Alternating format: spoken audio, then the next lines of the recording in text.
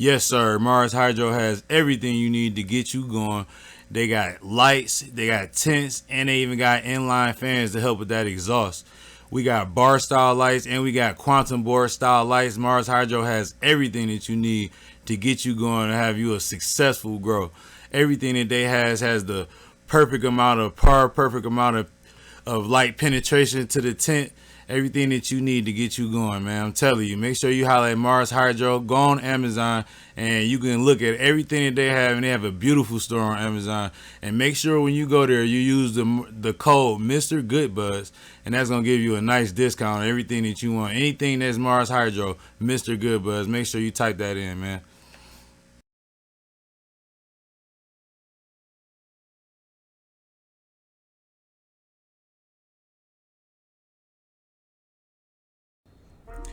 Welcome back to the channel. This is your boy, Mr. GoodBuds. Man, I'm back with another different type of video for y'all. Just a little talking. I wanted to discuss one thing that a lot of people ask me about, and I see a lot of people make videos, but they similar to this. But instead of talking about what they feel like is they talk about what they feel like the biggest mistakes every other grower makes. Well, what we about to talk about is the 5 biggest mistakes that I feel like I've made as a grower, and I just wanted to touch on that because I had a lot of people ask me what they feel like the 5 biggest mistakes that other people make. I can't answer that question, but I could definitely tell y'all 5 different mistakes that I've made personally, just growing in the last few years and just learning so much and actually doing so. Things that I wish I had knew better back when I started. So here's those 5 things. So number 1, the first thing that is probably everybody probably hears all the time is overwatering. For me, overwatering, when you first start off growing, like I said, this is geared more towards beginners, as always. My channel is mostly for beginners, but overwatering. See, when you first start growing, it's some type of crazy urge that you have to water the fuck out your plants constantly, and it's hard to scratch that. It's hard to scratch that itch, and it's really difficult when you feel like the only thing that you can do to make your plants grow is to water them bitches, and most people end up overwatering their plants.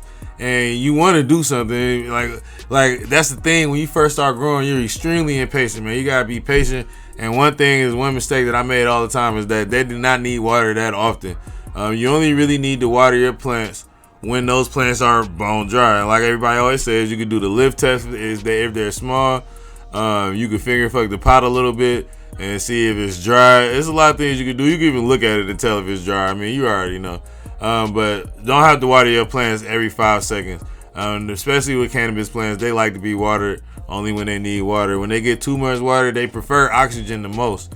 I feel like they like oxygen more than water. They need water and it's essential, but they love oxygen. So they always gonna need that oxygen most of the time, and they need the water when they need it. Believe it or not, you can do more for your plants. I know you want to help them and you want to give them something. You can do more for your plants just by going into the garden and watching them, looking at them, studying them, look very closely, pay attention to everything, singing to them, talking to them, all that stuff. The carbon dioxide from your breath, all that stuff actually helps out the plant. So there's a lot you can do besides watering them every day. They're not gonna grow no faster, and in fact, they're gonna grow a lot slower. All right, number 2. So the number 2 thing is gonna be over drying. Now, let me tell you something. Over drying is probably the worst thing that you can do, and the worst feeling that you can have after you go through all the trouble for growing them plants for however long you veg in that 9 to 12 week flower that you do, and then you end up over drying your plant. And all these things I did on my first grow, maybe my first 2 or 3 grows. The biggest thing about over drying is that a lot of people say that you gotta wait for the bud, the stems to snap. Don't wait till then. Just watch your buds. You know when the weed is like weed. When it's like weed that you smoke, when it feels like that, then you know it's ready. When you go and dry and you grab those buds, they be super mushy as fuck when they first start drying. It don't matter how dense your buds be. When you cut them and they start drying, those buds be mushy as hell. And you know, and they tighten up. They tighten up when they get done drying. They tighten up, and at that point, you want some of that moisture. You still want to feel some sponginess, and you don't want it to go past that point, because after that, Then when you start touching the buds, they start crumbling into dust. And that shit hurts, man. That's the worst fucking shit ever. So be real diligent about your plants, man. Don't over dry them, man. It don't always take 2 weeks. All plants don't dry the same. Some plants take a lot longer. I had a cookie plant that took 3 weeks. Whereas I had the OG, that shit dries in like 8 days. That shit be drying up with the same humidity, 65%. So just pay attention. Be real diligent on that. It don't. For the first few times I waited with the AK-47, I waited my first grow till them stems cracked, and it didn't even dry for that long because I had a whole lot more problems with I had way too much exhaust. I had a million fans in there, and I had a dehumidifier doing the most. Like seriously, go back and watch the video. And those plants dried in like 4 days. It was like 3 days. Them bitches was crumbling like to dust. Shit like that. Like you want to make sure that the humidity is right. They got enough moisture. You don't want them to dry too fast. And I mean, really drying longer is cool. It's okay for them to dry longer, but you don't want them to dry too fast. And so I fucked up a lot of plants like that. All right. So number 3 is gonna be humidity packs for curing. Now I know for a long time y'all see me use humidity packs for curing, and I ain't gonna lie, man. I mean, now let me put this out here too before I even get into what I'm about to say. I don't even feel like in the beginning I used to really worry about the humidity inside the jar with the monitors, having the humidity monitors inside the jar with the humidity packs, keeping them. But let me tell you something, man. I didn't want to believe it at first, but the humidity packs definitely take away from the scent of the weed. For real, dog. That shit definitely take away from the smell. It may not be a lot, but it definitely makes a difference. And number 2 is that I learned just curing them in the jar like does wonders. Like I don't use humidity packs no more. I don't worry about what the humidity is inside the jar. I just put the weed in the jar. I try not to fill it all the way up to the top, and I cure it, and I burp the jars, and the weed stays perfectly moist. And let me tell you something, and I have the perfect thing to compare it to because I tried curing a big ass batch of the OG, like 20 ounces of OG in some turkey bags. And the weed got really, really dry really fast. Not really fast. I'm lying. Not really fast. But it got really dry. In like 3 weeks of curing in that bag, it was dry. And I had weed inside the jar. That was my personal weed. Just because my personal weed, I just keep it in the jar. And I had weed in the jar. And one day I just decided. And I opened up the weed in the jar and the weed in the bag. And it had been cured for the same amount of time. And guess what?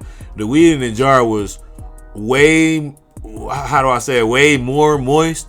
It was like perfect. Like the jar kept it perfect. And any weed I ever keep in a jar, humidity pack or any of that shit, it'd be perfect. Perfectly preserved in that jar with no humidity packs, with no humidity monitors. That's how they've been doing it since the Stone Ages. They've been curing inside containers with no humidity monitors. And I had to get over that shit. And guess what? The weed be way better. It be the smell, like it just gives it this saltine smell. I don't know how to explain it, but it's this saline smell. Like it's not even that it takes away from the weed smell, but it adds this saline type smell to the weed, and it's pretty powerful. And the weed still maybe smell good, still may be strong, still may smoke good. But trust me, that shit is not. It'd be way better when you don't have that pack in it. And from my experience, the pack hasn't done anything different inside the jar. Yeah, I knew the humidity was there, but it didn't really matter because in the jar with no humidity pack and no monitor, the weed stayed just as perfect as it did with all that extra shit inside of it. So, and I had more room for weed too. So 2 humidity packs and a humidity monitor inside the jar, breaking off chunks of the weed, all that, man. I got over all that shit, man.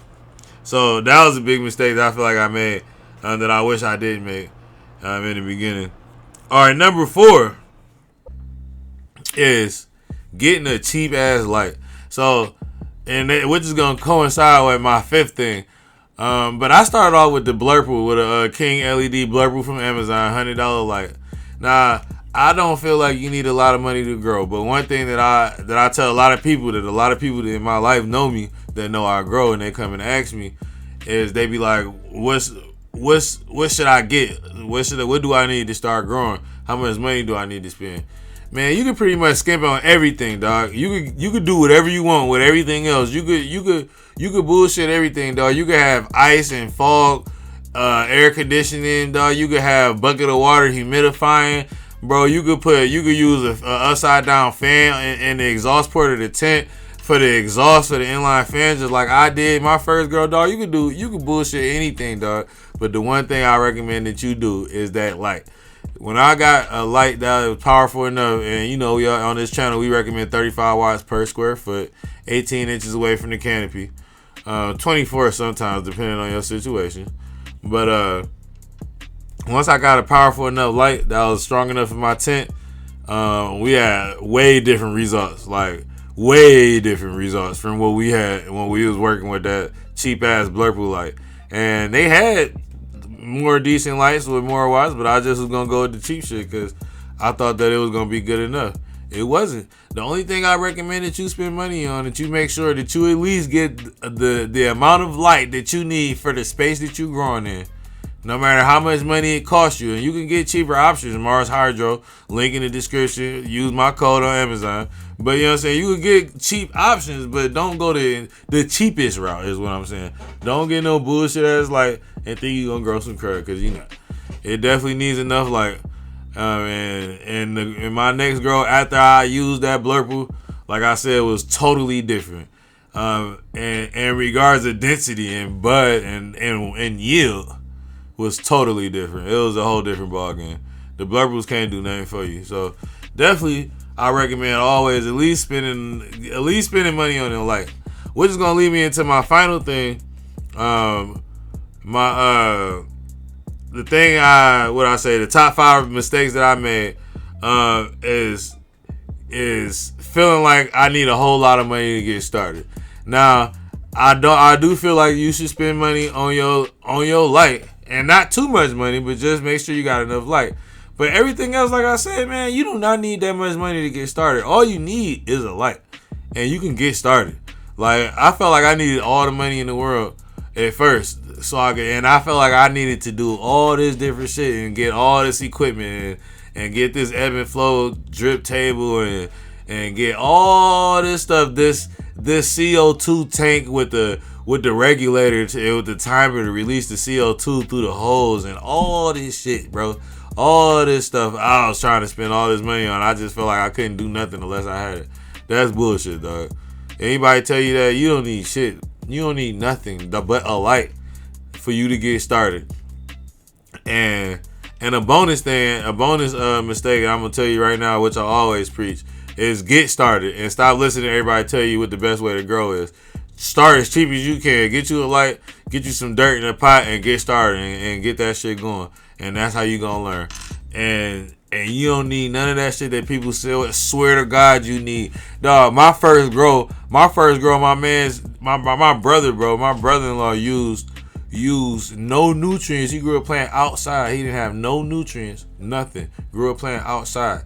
We grew at the same time. My plant, I was using nutrients, Roots Organic. I had the light, the indoor tent, all the fans, all that shit, bro. Guess who yielded more? Guess who weed was better?